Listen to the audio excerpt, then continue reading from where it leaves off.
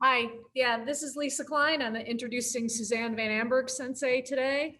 So I've known Suzanne for many years. She's always really impressed me with just a really serious, rigorous approach to Aikido, no drama, no flash, just she's always worked really hard and had a really, I think, refreshingly serious and focused approach.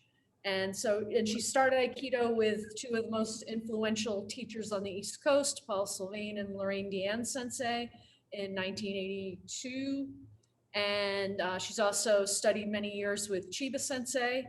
And she is the chief instructor at Multnomah Aikikai in Portland, Oregon. And she also is a board certified Feldenkrais practitioner. And she serves on the board of Chiba Sensei's organization, Birinkai North America, as well as serving on the exam committee judging tests in Birinkai. So I'll pass it to Suzanne. She's going to be teaching a class on Feldenkrais today, Feldenkrais and Aikido. So go ahead, Suzanne. Thank you, Lisa. It's good to see you. I should just make a couple of clarifications from the intro. I'm a graduate of a Feldenkrais practitioner training program, but I am no longer certified with the Guild. And I am still on the board of Birinkai North America, but the examining committee is changing structure. So I would say I used to be on the committee for the examining committee. And my class today is really more of an Aikido class, but if you are familiar with the Feldenkrais method, you'll recognize kind of the inquiry approach. There's certainly a lot of crossover with just that approach to learning and that kind of somatic inquiry process. So I think the Feldenkrais method and somatic education has informed my Aikido. But today I want to work on Omni and some really fundamental movements we do in Aikido and kind of hopefully give you just some interesting entryways into your own solo practice. So let me ask you today, there's a lot of people on the call, and I just want to ask how many people, I don't know how we can do this, Jamie or Lisa, if we should do the hand clap to indicate or a chat, but I just want to kind of get a sense of the amount of experience of different people on the call. Does everyone have access to the little hand clap feature, or should I just ask people to write in the chat? Yes, so the hand clap is the reaction on the bottom. Folks are welcome to do that as well as post in the chat. Okay, I'm going to put my glasses on for this. Uh-oh, so I can see. Okay, how many people have just less than 1 year of martial arts practice? 1 year of practice experience in the martial arts? I'm not seeing the hand claps, so I'm not getting any response. I think most people are experienced here, so. Yeah, how many people have over 20 years experience? I just didn't want the newbies to feel left out, asking for how many people have over 20 years experience. How many is that? A lot. Because I'm seeing speaker view, yeah, over 20 years.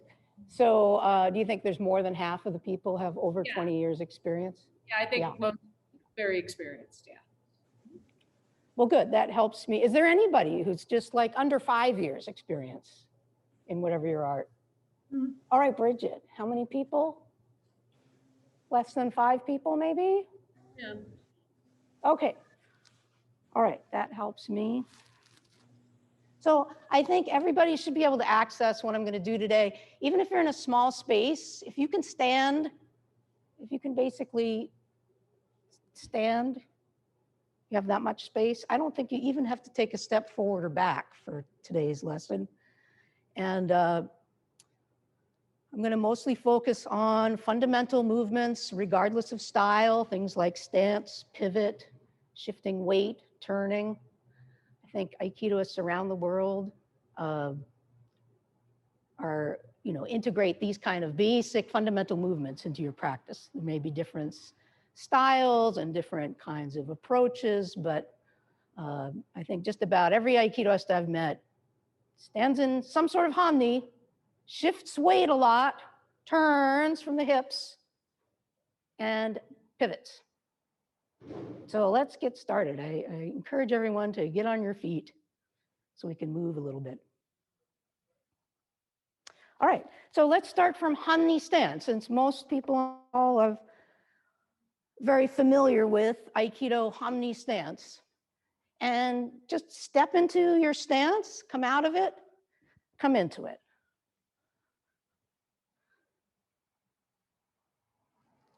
Now, some people teach the getting into Omni Stance. I'm just going to do a little comparison. And I like to take an approach of just exploring stance and movement without really looking for how to identify what's right or wrong, but to just explore different approaches, different ways of moving, and then like a research experiment, just see what comes out of that, what insights come out of that.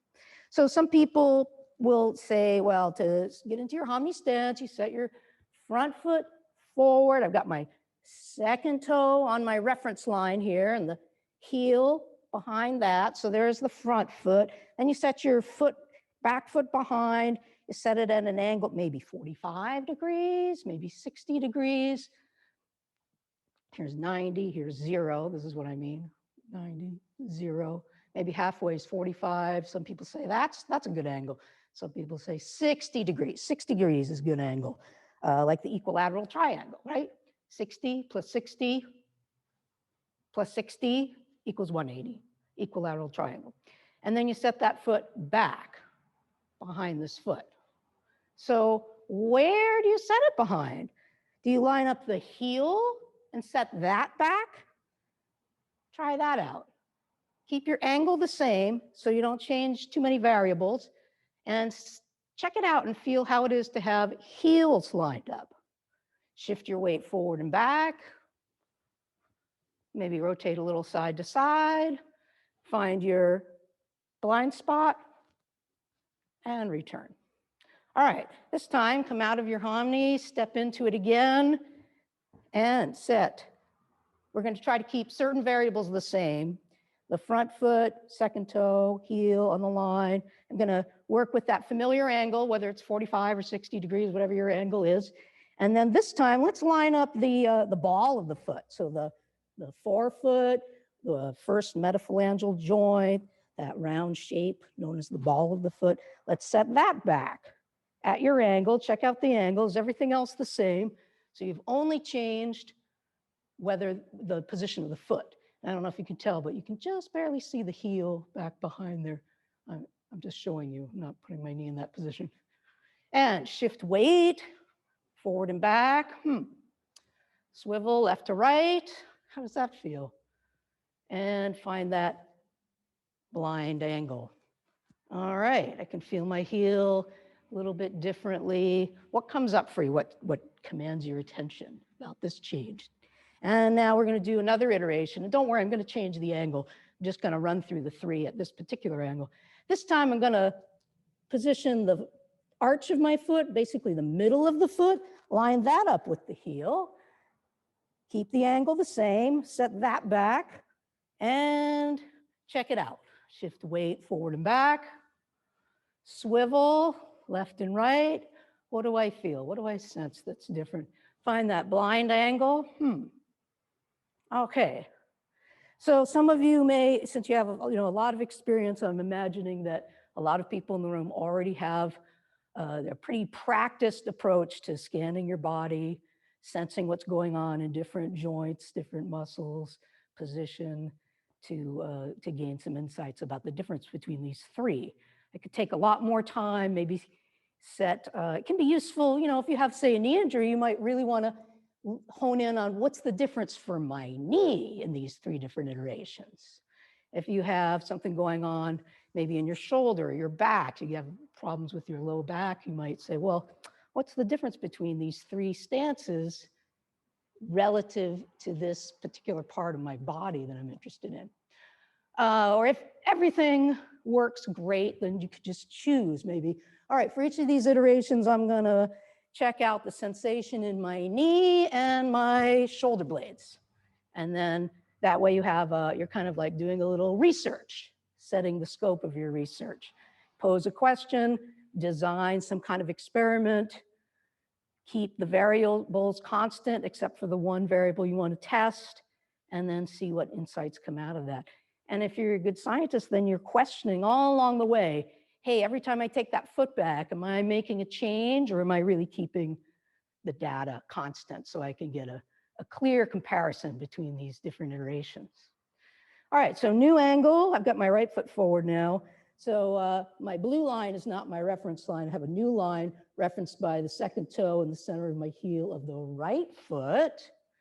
And let's try all three. So this time I'm going to start with the middle of the foot, the arch of the foot, set that back at my favorite angle, shift weight, swivel, left and right, blind angle.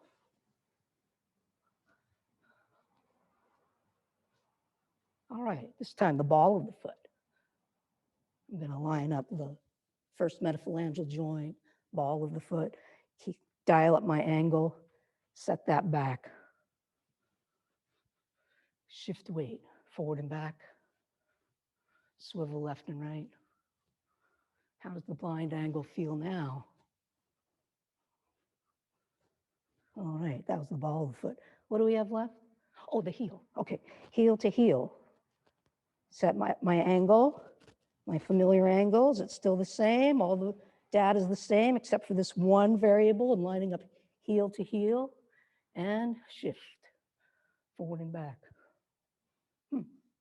Swivel left and right. How does that feel?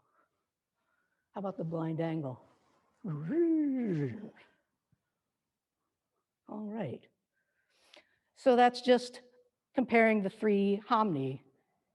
Take a few different movements, the shifting weight forward and back, swiveling, find the blind angle, keep it the same for each iteration, and then see what comes out of that.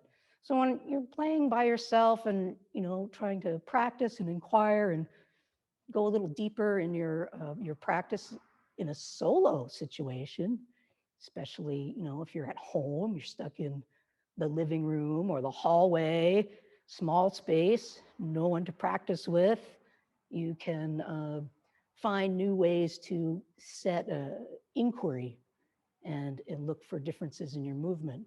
And then you don't have the pressure of someone else saying, why are you standing like that? Don't worry about whether it feels right or wrong. Anything that's unfamiliar is going to feel a little wrong, right? But is it inherently wrong or is it just unfamiliar? Try it on. Don't worry about whether it's right or wrong, just explore it. You can do something that you feel is wrong, and then it may, by really trying that on and imagining that that's right for somebody, it can help inform your chosen way of doing things. So you have a little deeper kind of understanding of why you do what you do. Okay, so let's take this same idea. You've got your three different ways, and let's apply it to a very familiar activity, pivoting. So let's try this angle this time. All right, I'm going to set Omni number 1, ball of the foot, or doesn't have to be by number, just the ball of the foot, shift weight. Now I'm going to pivot. Well, I better pivot the same way each time. So I don't know how you guys pivot, but I'm going to pivot from the ball of the foot, first metaphalangeal joint, the head of that first metatarsal. I'm going to find that spot on the bottom of each foot, and I'm going to pivot from that point. Also, I'm going to shift my weight from forward to 50-50, even Steven through the both legs, and that's going to be my pivot point. I could shift and finish weight forward, come to 50-50, shift and finish weight forward. I could do an hour on pivoting and different variations of pivoting, but just to keep the data the same, I'm going to start weight forward, go to 50-50, turn, and then finish weight forward. I've got the balls of the feet lined up. Okay, I'm going to come out of that, step into it fresh, dial up my angle, arch the foot, center of the foot, back behind. All right, new experiment. Shift weight a little bit. Oh yeah, here I am. And shift to 50-50, pivot, and finish. How does that feel? Do I still have the angle, my original angle? Have I really turned 180 degrees? Not over here, but just 180 degrees from where I was. All right, but my heel's in a little different place than it was last time. It feels a little bit different. Maybe this is your familiar. Is this your MO, your default setting, or is this something a little unfamiliar or different? All right, let's come out of it. Step into it again. This time we're going to line up the heels. Got my back heel behind the front heel. I want to keep all the rest of the data the same. Angles, set it back, check it out. Shift my weight a little bit, here I am. Okay, shift to 50-50, pivot and finish 180 degrees, pivoting the same way, heel to heel alignment. Shift and return. So you could do that on both sides, 3 different iterations, 3 different kinds of Omni, and check it out in terms of this basic movement of pivoting. So maybe you're starting to get, maybe you're bored by this, but maybe you're starting to get kind of a sense of, well, I have some other questions I could pose. I have some other ideas about how I might want to explore this movement and what the impact is through the body. How does it affect my knee, my shoulder, my ability to keep balance? All right, let's take it another step further into a familiar exercise. I think Aikidoists all around the world do an exercise that we call boat rowing exercise. Maybe people have different names for it. Boat rowing. So shifting weight and turning. Shift weight. Find your Omni, whichever one you want. Choose one, shift weight. Or do you turn your hip as you shift? Or are you just kind of shifting, keeping your hips square? All right, when I say square, I mean, if I get out at 2 tape measures and measure from this hip joint to the wall out in front of me, is the measurement the same? That's what I mean by square. So square stance from some other arts. My apologies to the karateka in the group. I don't practice, but square stance, have that. But we could do that in Omni too. You can turn your hip so you have square hips. That's what I mean by square hips, right? Or I can turn to an oblique angle, right? Square or oblique. And I could shift weight forward and be in the oblique angle and then shift weight back, be in the square kind of angle, right? So typical boat rowing exercise. Where does this come from? Well, now you can really use your imagination. I got to go back a few years, but I have been in a rowboat before, a long time ago. So I have some kind of sense memory grabbing the oars. And if I've got them down, then the blade of the oar is up out of the water. And if I bring them up, the handle's up, then now that blade of the oar is down in the water. If I turn the oar, now that paddle, either the blade of the paddle is going down into the water, or I can set it so the blade is parallel to the water, right? So if I put the blades of the paddle down in the water, now I'm gonna do some work to press back, to pull back, if you will. And I can sense that oar going through the water. Here's the work.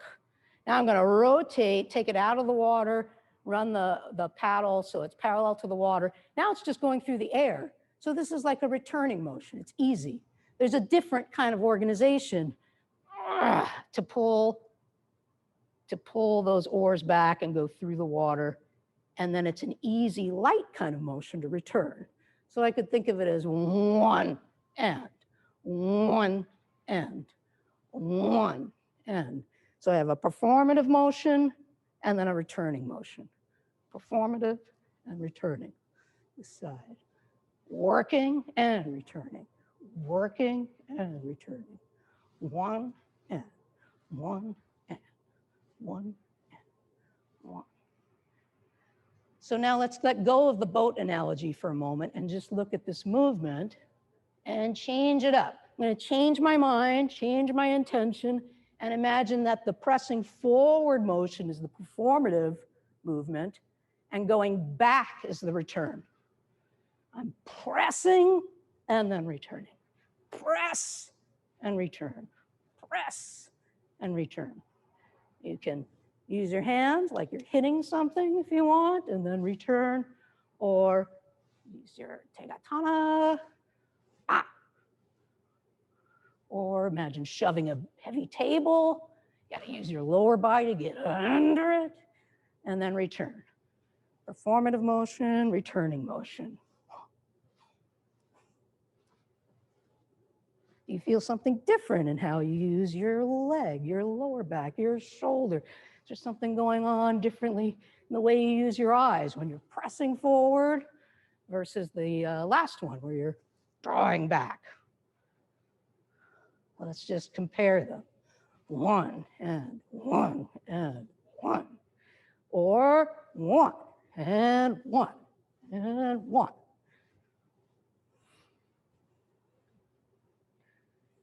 You can use your imagination again, and maybe you're not pressing a table, but we could go back to the fishing analogy, throwing a net. How do you organize your body movement and use the ground if you're gonna toss a net out? You wanna get some loft, make space, maybe your hands fly up. There's a sense of sending the net out and letting go. What's the timing in that? Send the net out and return. Spread it out. How does this feel different? In your shoulders, your balance. Sometimes people really reach out and they almost get a little too light in the back foot, or the head comes forward because they're really focused out there. Is there some way you can keep that rock steady balance and the connection to the ground? What's the relationship between the back foot and the tips of your fingers? Okay, we're closing in on the last bit now. So forward and back, we talked about like a performative motion and a return motion.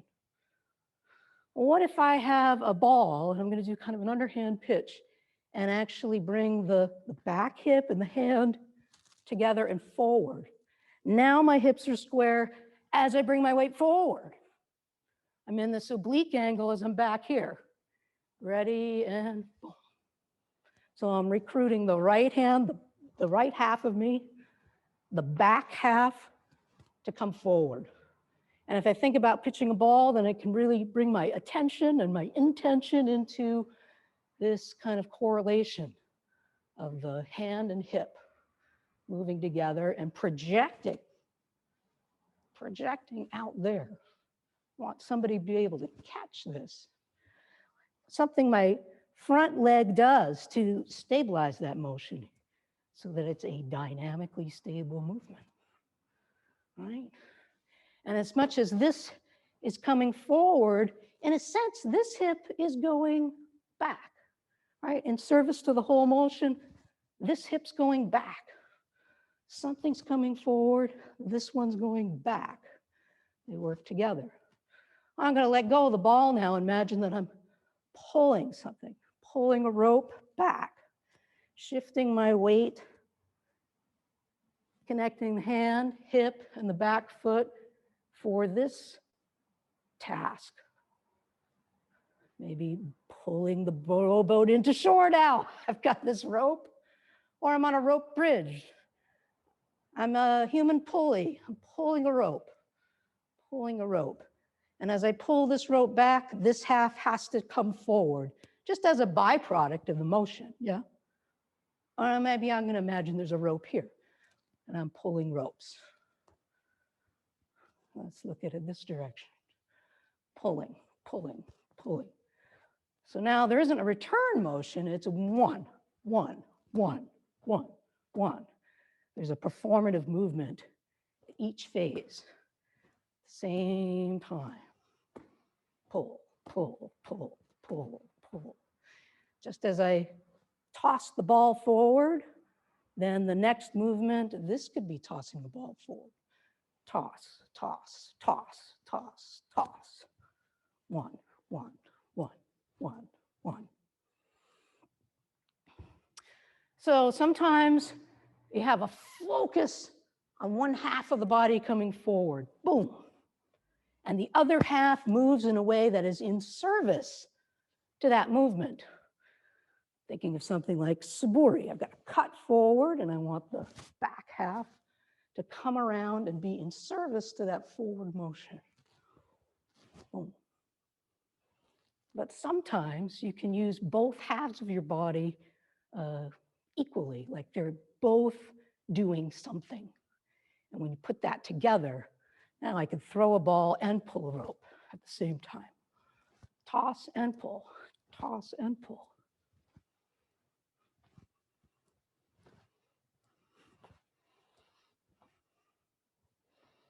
Okay, so Omni movement, pretty basic. I mean, if there's a periodic table of movement in Aikido, it probably includes things like Hanmi, shifting weight, turning, pivoting, different combinations of that. And if you've been doing Aikido for, well, it doesn't take 20 years to form a habit, even a few years, you probably have your MO, your default setting, your usual way of doing things, and habits can be good for us.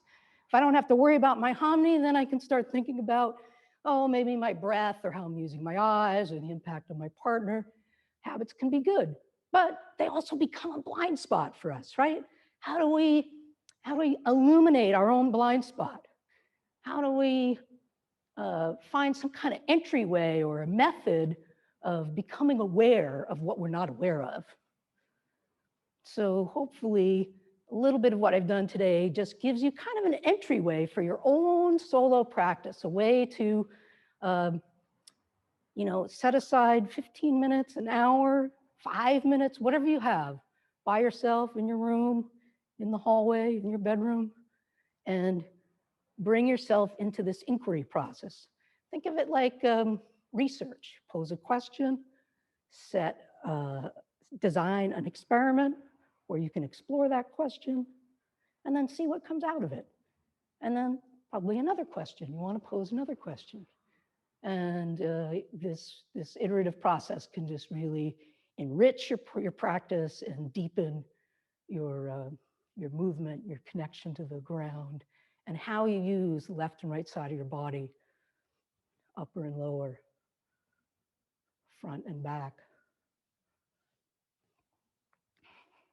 So I think I'll finish there. Again, my name's Suzanne Van Amburgh. This is Multnomah Aikikai in Portland, Oregon. And if you want to learn more about me and my dojo, you can visit practiceaikido.com.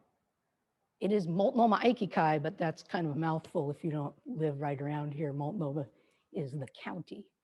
But just type in practiceaikido.com and feel free to contact me. Yeah, thank you very much, Suzanne Sensei. If people could type questions in the chat, but I had a question myself. How did you get started with this sort of approach on analyzing your own movement, and I assume your students' movement as well? Well, let's see. I don't know that there's any one item, but even before I learned about, even before I took the Feldenkrais training, I had kind of a somatic bent, I guess. My mom is a physical therapist, so she's very naturally somatic in nature. I went to Hampshire College back when Feldenkrais was doing his training there. Even back then, my mom said, hey, do you know what's happening in the summers there? That's very interesting. And even then I thought, it does sound really interesting for maybe later in my life, but not right now. I just started Aikido, for God's sakes. I think, injuries along the way, figuring out how to work with a knee or, anything that's bothering me. How am I going to work with that? How can I keep doing what I want to do and take care of myself at the same time? When I was young, I used my knee in a way that really wasn't good for it. But, when you're young, I just had an attitude, it didn't hurt. So why change it? It's only when it starts hurting, what am I doing to it? So some of that. What else? Yeah, how did Acting. the Feldenkrais training inform your somatic bent? Yeah, so before I took the training, I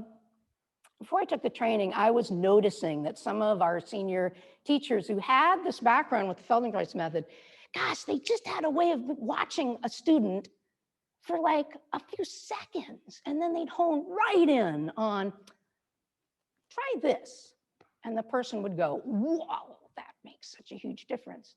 And I was noticing in my own teaching, God, I just have to watch this student like do the same thing 15 times before I can hone in on that one thing to tell them that will help them. So that was part of a motivation to do the training. I felt like, I want to be able to just watch them and quickly be able to ascertain what's going on so that I don't have to ask them to do the same thing a zillion times. How embarrassing is that? Okay, she's watching again, do it again. More? Okay.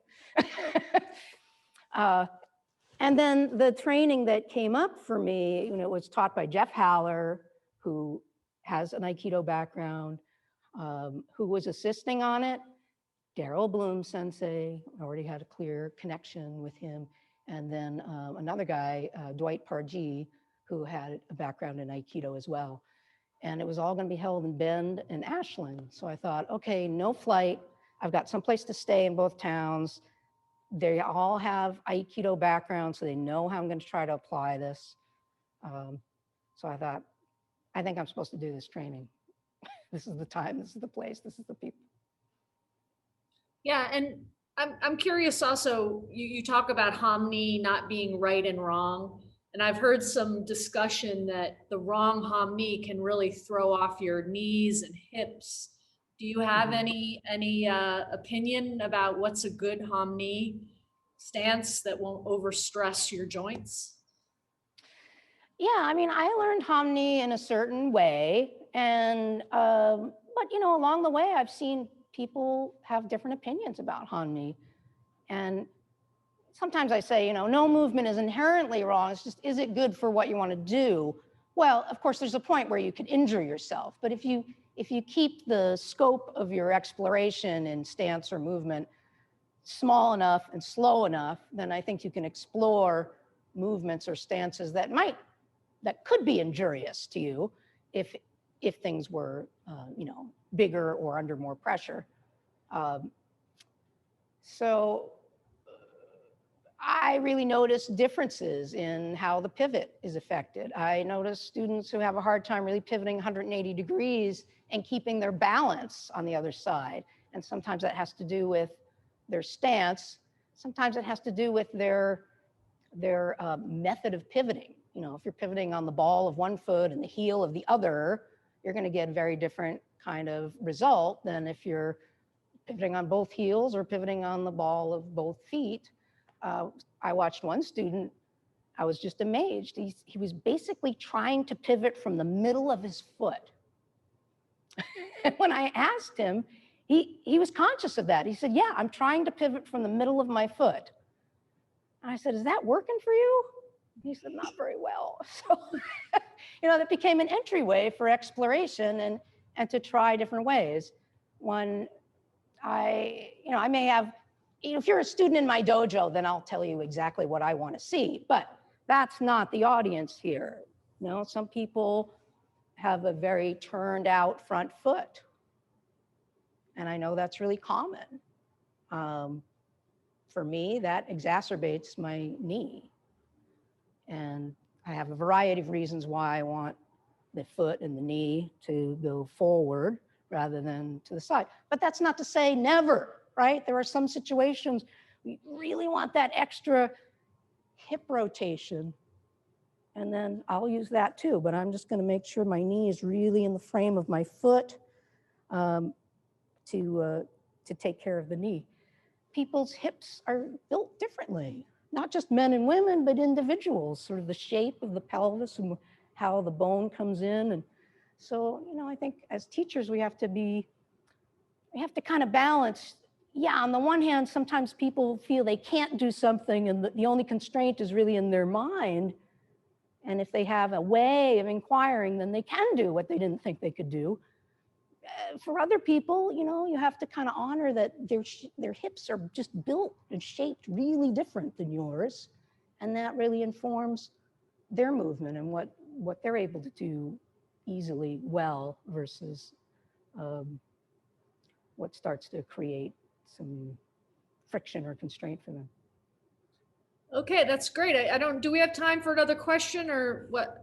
I'm not clear. Okay, one more question. So Mallory Sensei asked, you know, as an instructor, what do you look for first in student movement? What are you looking for from a somatic perspective? Let's do another session on that. I mean, that's so rich because it really depends on the person. And I try not to just apply, I guess if I get a new student, I often will work with Omni, shifting weight, pivoting, and then a basic kind of sequence of, you know, stepping forward or stepping back, and just kind of get them used to turning and shifting weight and finding where to put their foot. Of course, there's rolling, but, you know, some people I don't start with rolling.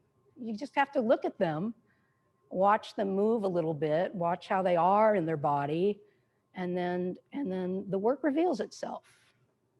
All roads lead to Rome. So we might as well start with what's interesting to the person. Good answer, right? Does anyone else have any questions? Can we wrap it up for today? And well, what comes next is the panel, correct? Mallory, yeah. Thank you, everyone. Thank you. Thank you very much, Suzanne Sensei. That was awesome. Thank you.